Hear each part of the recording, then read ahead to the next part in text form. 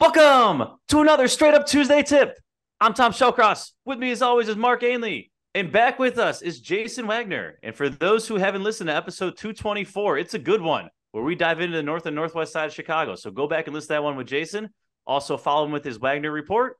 And if you're into 75 Hard or interested in learning more, we still have the link on our website. I think there's been a few dozen people who have signed up here looking to basically change their life. So Jason, we appreciate you and all you've done for the Straight Up community, and welcome back to the show.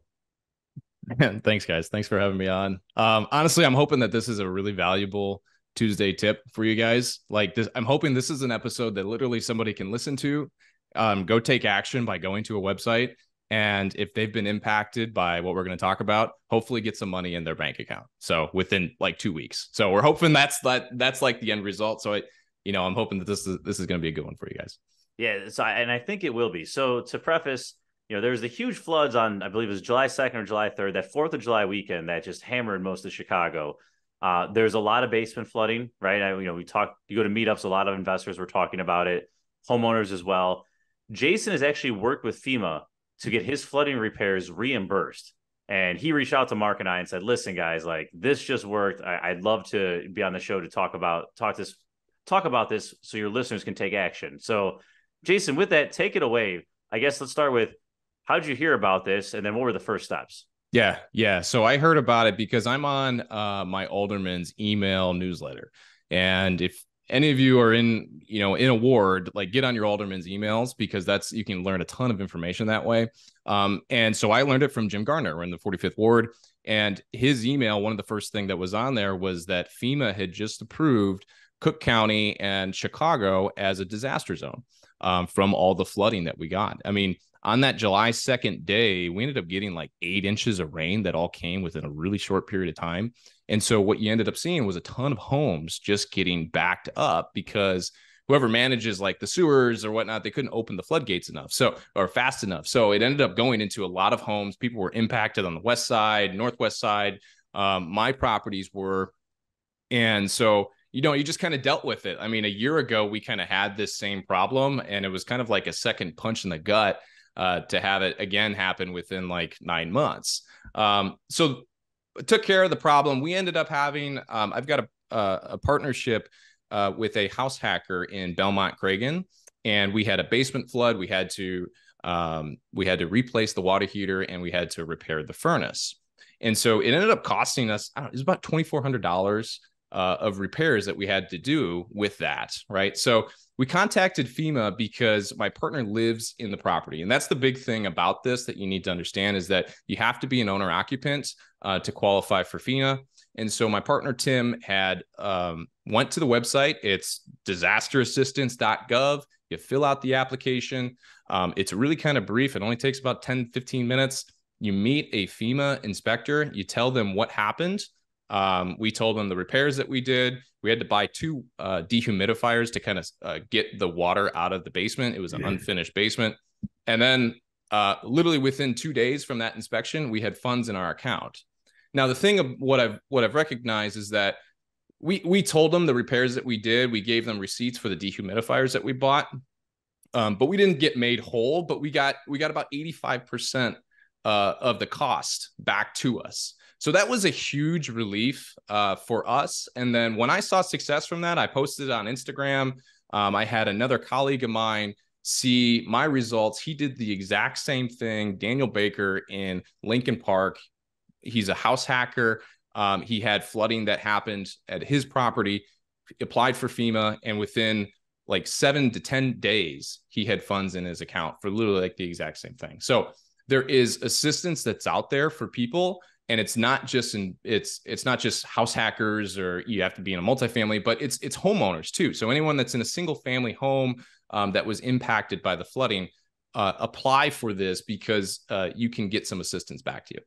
Is there anything you got 85% back? Is there anything you could have done differently to get 100% back? Is there a different approach anyone that hasn't filed yet could take? I'm not exactly sure because we don't know how they came up with the numbers. We just told them the repairs that we did. So they probably did their own assessment of like, here's how much we might credit for this water repair, or like the water heater being replaced, and then the furnace going out. the money that I got back was relatively close with what Daniel Baker got too. So if that kind of helps you, I don't exactly know how they came up with it, but I'd rather be 85% whole or like almost whole than forking over all that. But the alternative here is coming out of pocket because insurance, for the most part, will not be covering this. Is what I'm hearing, right? Yeah. So we didn't have the elective water backup coverage on our insurance. We did have to go to our insurance agent, and he wrote an email to us saying that we did not have that elective coverage, and we sent that over to FEMA. So if you do have the elective water backup coverage, like you'll probably, I don't know if you would get denied or whatnot, but like that is probably the first route that you would go. FEMA is there for those that may not have that coverage. So. Well, I know we're recording this and we're rushing to get this episode out. It's time sensitive. What's the deadline for this? Yeah.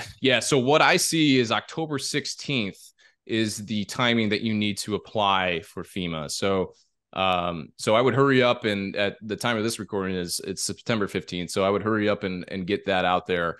It does. I mean, I'm telling you, this is the fastest government work that I've ever seen. We had from the time of application to funds in my partner's account was 7 days. So that's awesome.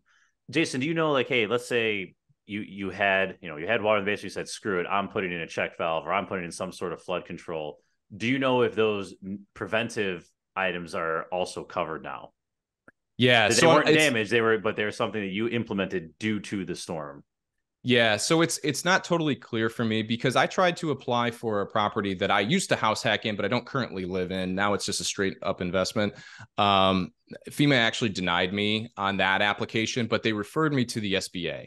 And so the SBA is another route that I'm currently in the process of going through that could help with some of that preventative items that you're talking about. We're putting in a check valve. I don't have full details on that yet. I'm still pending my application. But from the sounds of it, that might be an option for people that are non-owner occupants, that they can apply through the SBA, and maybe they'll get some funds that could come back to them that could be applied. And I believe that they grant it to you in more of a loan form, or there's some financing behind it. I don't know the whole details, so I can't really advise on it, but I would just say it's an option out there. Look into it. If you get denied from FEMA, they will refer you to the SBA. Great info. So we will link to all this in the show notes, but one more time for the people driving, they just want to hear it. Going back to FEMA, what is the link that they should be going to, the URL? Yeah, so it's disasterassistance.gov.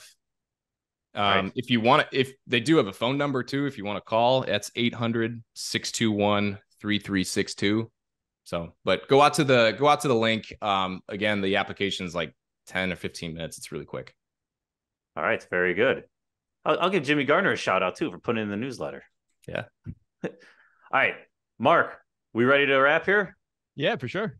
Who are we playing for? We got a Chicago fact lined up. Yeah, today we're playing for 𝗵𝗃 Ramirez, and our sponsor is Straight Up Chicago, the 𝗣𝐶 Realty Straight Up Chicago brokerage team. So it's something newly formed that we'll be sharing more with the audience about. But in the meantime, Bianca, if myself or Jason get this question right, you get a $50 gift card brought to you by 𝗣𝐶 Straight Up brokerage team.